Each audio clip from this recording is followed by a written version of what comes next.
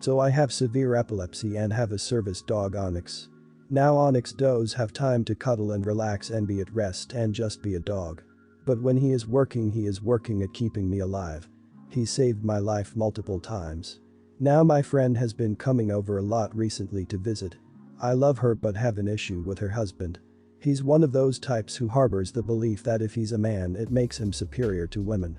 He also doesn't believe in invisible disabilities and because of Onyx, he's never seen me have a seizure. Last week they came over and her husband was being playful with Onyx, which was fine as he was at rest. A little while later though, the husband began asking if he could dog sit sometime, bring Onyx to their place for a sleepover. I said no and explained again that Onyx is a service dog and I needed him to stay alive. Her husband got an attitude and told me Onyx wasn't a machine and I had no right to deprive him of fun. Then he pulled the "I'm a man, so I know more than you" card by explaining that I was wrong and he was right and I could go one night without Onyx and control my seizures. All this time my friend sat on the couch saying nothing. I asked him to leave and after some huffing and puffing about how rude I am and what happened to manners and Onyx would have had fun, they both did. Now today my friend called asking if they could stop by. I explained that I would love to have her over, but her husband was no longer welcome. She got upset and told me that he was just like that and it was hard to tell sometimes because he had never seen me have a full-blown seizure. I got kinda mad and sarcastically asked her if I should purposely cause a seizure so her husband was comfortable. She just kept repeating that he meant no harm and wanted Onyx to have fun. I just told her again that she is welcome, but he is not. Am I the idiot? I feel awful and feel like I'm creating an issue, but that man is just toxic energy and I worry that his disbelief of my need for a service animal will cause him to do something completely crazy. Not the idiot, the dog is your service dog. It screws that he is unable to understand that. Are there other things that you don't like about him? Or is it just this? If it's just this, then maybe, if you value the friendship, you would be willing to explain to the husband some of the times the dog has helped you. To help him understand. It's not your responsibility to teach anyone or talk about your medical issues. And if you are not comfortable then that's okay. But if you really value the friendship, and if otherwise, he is good guy, educating may really help him be less of a jerk about it. Not the idiot. Onyx has probably saved your life. My sister is epileptic and luckily her meds work for the most part. The very few times she does have a seizure, she's hit her head on the side of a granite sink at a friend's house and split her head open in the middle of the night, so she awoke, thank God, who knows how long later, and woke her friend and got medical attention immediately. It's sad as each time she has a seizure like this, she loses her license for 6 months and they have to readjust her meds. Not the idiot. He's just like that. Is such crap and the appropriate response is yes. I know he's like that. That is why he is no longer welcome in my home. I'm so glad you understand. Repeat until she gets it. My husband has a friend from high school he stays in some touch with. The nicest thing I've heard anyone say about him is he's an idiot, but he's an idiot to everyone, it's nothing personal. I've let my husband know he can stay in touch with whomever he wants, but he does not get to put me in a position of having to tolerate P and his behavior. As a bit of background, I, 21, and my girlfriend, 20, are in a relationship for roughly a year now. I had asthma ever since I can remember and I react strongly when exposed to various deodorants or perfumes. For those who don't know, imagine feeling like you would suffocate but cannot die, so you just sit there vibing while desperately trying to breathe. Like you just wheeze your back off and wish you could just yank someone else's lungs and implant it inside yourself. Anyways, in most cases, it's the cheap ones I react to, and mostly it's a female fragrance. Now comes the part with my girlfriend. She has this one perfume, funnily it isn't even a cheap one, which she really likes, the only problem is that I react pretty strongly to this one. I mean her presence is enough to kick off my asthma, and in most cases, I have to leave the house and use my inhaler to get back on track. I mentioned this a few times to her, but she still uses it. She even applied it next to while we were in the same room, and I think you know what happened next. All fine to this point, just that one little incident. After that I asked her if she would stop using it or at least use it less, and when she does so if she could do it in the bathroom. She was a bit pissy at first, maybe because I become an idiot under the fact of, I don't know, literally suffocating, but agreed she would do so. Since then nothing happened. forward to a few weeks ago. I was at her place while we were getting ready for a birthday party. All of a sudden, while I just tied my shoes, I got hit by this one perfume again. Without a word, I stood up and immediately left the room to use my inhaler. The second I came back to normal breathing, my girlfriend asked me what was wrong. I told her in a half-yelling, half-wheezing voice what was wrong. She then proceeded to yell back at me and say some stuff about how this is her place and it is her body, so she can do with it whatever she wants. I needed a bit of a moment to process this, to be honest, and after that, I just told her back off with her bodily autonomy crap and that it doesn't matter when it risks my physical health. She then told me to get out, as I did, and said some stuff about how I was abusive, the hell, and all.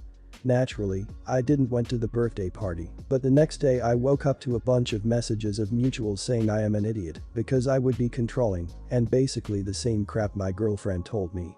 Now seriously, I don't think I am an idiot, but I want to hear it from other people, so yay, please feel free to judge as you want. Not the idiot.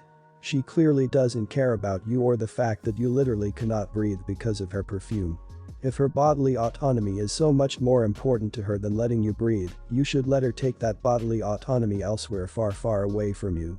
Your health is more important, and you should leave a toxic person who calls you abusive and controlling for wanting to literally breathe.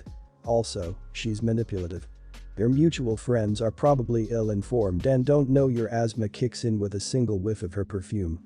Not the idiot, no, this is not an it's my body situation, because OP's body is the one having the potentially fatal reaction to her stupid perfume. You should feel free to tell her that you don't have to accept having your body exposed to something that requires a medical intervention, and if any time she insists on applying this stuff and you get a reaction, that's the end of whatever you two had planned for the day. You should get your inhaler and leave. She and her perfume can enjoy their day alone. I had the same thing happen to me with my fiancé. I have asthma also, but I know my triggers and perfumes or deodorant don't usually affect me. One day he sprayed some deodorant that he'd never used before that had some strange vanilla extract. I had an asthma attack and it was awful. He profusely apologized and immediately threw it out. That's how a partner should act, and I would do the same if the roles were reversed. You're not the idiot, your girlfriend is. I am the youngest in a group of 3 female friends aged 23 to 27. Let's call them A, B, C, and me. I had a miscarriage in 2018 at 8 weeks. She was devastated, understandably. We were of course very supportive, helped her through anything and everything we could, and she was having regular therapy. After 6 months she was so much better, eating, sleeping, and just generally living her life again. Then she joined the support group for babies born sleeping, stopped therapy, and became obsessed with her lost baby. She has a whole shrine for it now. She posts about her miscarriage every day. She's blaming the fluoride in the water for her miscarriage, or the Wi-Fi, and says the government wanted her to lose her baby, so she couldn't receive benefits. Just all this crazy stuff. We were really worried about her, so we gently suggested going back to therapy, but she said her support group warned her we might do that. She now says that therapy is trying to erase the memory of her baby and makes her feel guilty for grieving. So the idiot bit, we were having lunch after B's mother passed away in a car accident. It was devastating, and the whole family has been torn apart over inheritance. B is an executor of the will, being the oldest child. After small talk, A launches into a conversation about how the government might also be the cause of B's mother's death because the roads are of bad quality. She had a barrage of comments like, "Oh, I know exactly how you're feeling when I lost my baby," then talked about her miscarriage for the millionth time. Finally, she finished with, "Well, at least you don't have to bury a baby. I would have done anything for 48 years with my child." B lost her crap. She screamed that A was becoming a lunatic, that her entire identity is her miscarriage of 8 weeks she had years ago, that she has no idea how she feels because she lost a clump of cells, and B lost the woman she admired most in her life, and is realizing her family is garbage now that money is involved. Then she stormed away. B burst into tears and said she knew people wouldn't understand her grief, that we're all ignorant to the lies we are fed, and that her baby was murdered, not lost. She was looking at us to probably defend her. Me and C just stayed quiet. Honestly, it has been exhausting always talking about her miscarriage. I myself have had one, so I know it affects everyone differently, but I just stayed silent. I feel like I've done everything to help A that I possibly can. After not saying much, she called us cruel idiots who would never understand what she was going through. Am I the idiot? Not the idiot. And need some serious help. A year ago I lost a baby at 21 weeks, I labored and delivered him, it was more than some heavy bleeding, which, to be honest, an 8-week miscarriage would have been. I'm also in an amazing support group online. However, the difference is that A has clearly let this become the sole focus of her life, which is unhealthy. It does sound cult-like and dangerous. In B's situation I would have said exactly the same thing. I need some major professional help. This is going to sound really cruel and I apologize for that, but honestly, at 8 weeks, you're hardly pregnant, you've just missed a period or two. If she hadn't have taken a test, she probably never would have suspected it was a miscarriage, just that her period was coming a bit late. Not the idiot, your friend was way out of line, and her sleeping baby's page is freaked up. I apologize again, but her baby wasn't born sleeping, it pretty much equivalates to passing a blood clot. Not the idiot. I had a miscarriage in April of last year. It was awful and I was super depressed at the time because it's a horrible experience. Just like any loss, all you can really think about is the what ifs. Y'all aren't saying she can't be sad about it, you're saying she can't compare it to the loss of B's mom. There's no comparison to be made there, they are just not the same. That group is toxic. Full of women who are seeking pity and creating an echo chamber for their trauma. Okay. So my girlfriend, 24, and I, 23, were asked out to lunch by our good friend, 24. She said she had something important to ask us, so we heard her out. At lunch, she asked me if I would become the father of her child. I've been in a relationship with my girlfriend for a few years now, and this took us both off guard.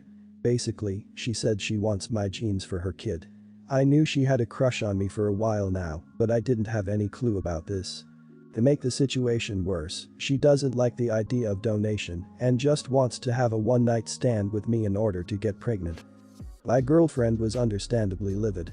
I had absolutely no intention on having a one-night stand with her, but I wasn't so quick to oppose sperm donation verbally. I was not going to agree. But just didn't say anything. I didn't think it was that insulting to my girlfriend at first and was more confused than anything.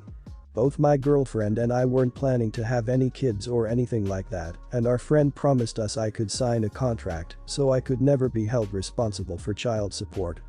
The point is, my girlfriend is mad at me because I didn't outwardly and verbally reject the idea of having another woman's baby. I do not want to and do not plan to.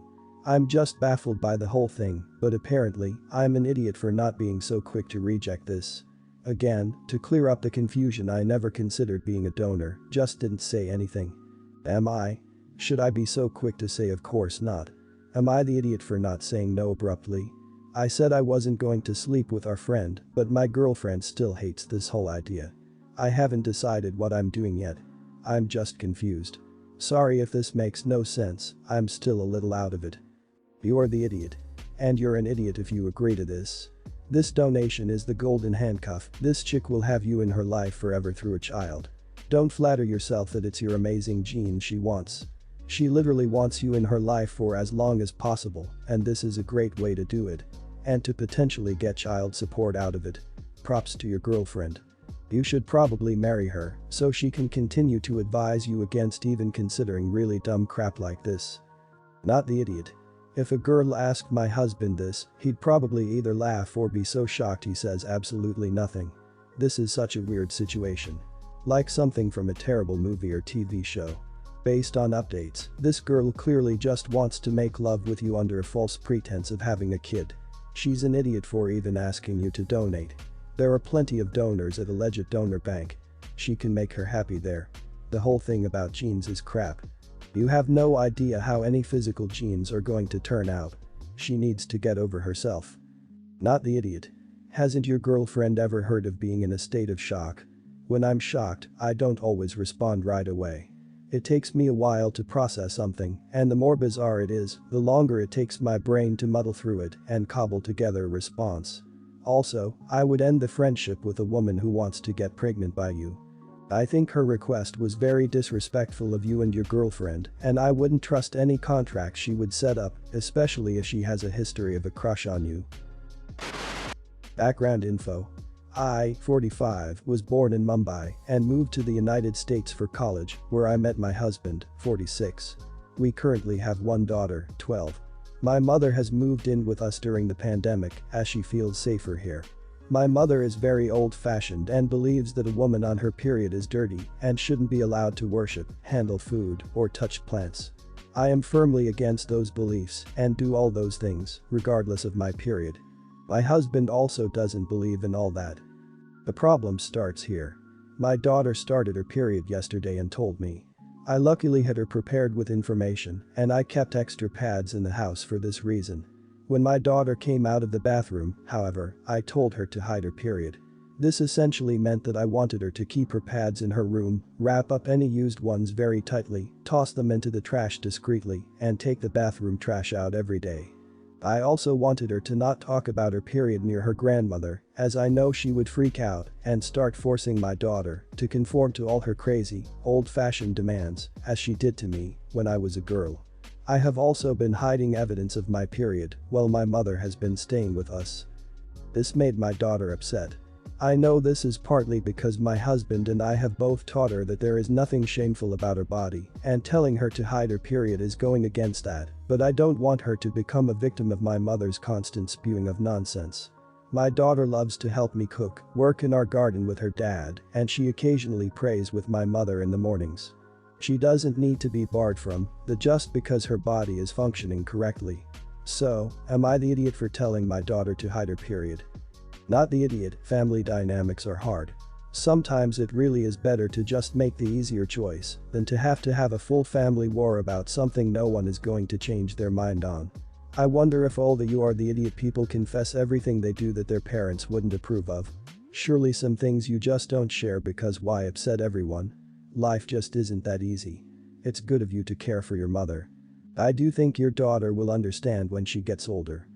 If your mother, daughter's grandmother, is going to be living with you for more than a few days, then you are the idiot. This is your daughter's home, where she needs to feel safe and comfortable.